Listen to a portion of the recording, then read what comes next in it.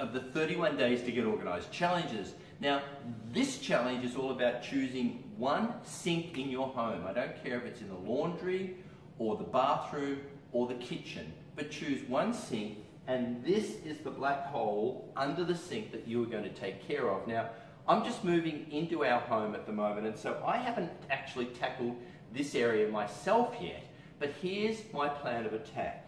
I drag everything out. I get rid of items that I don't need or use.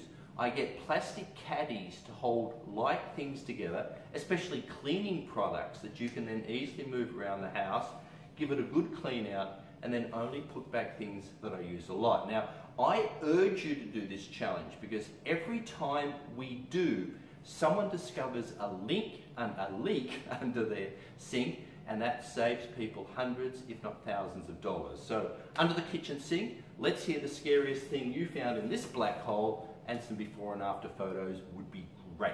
Get to it.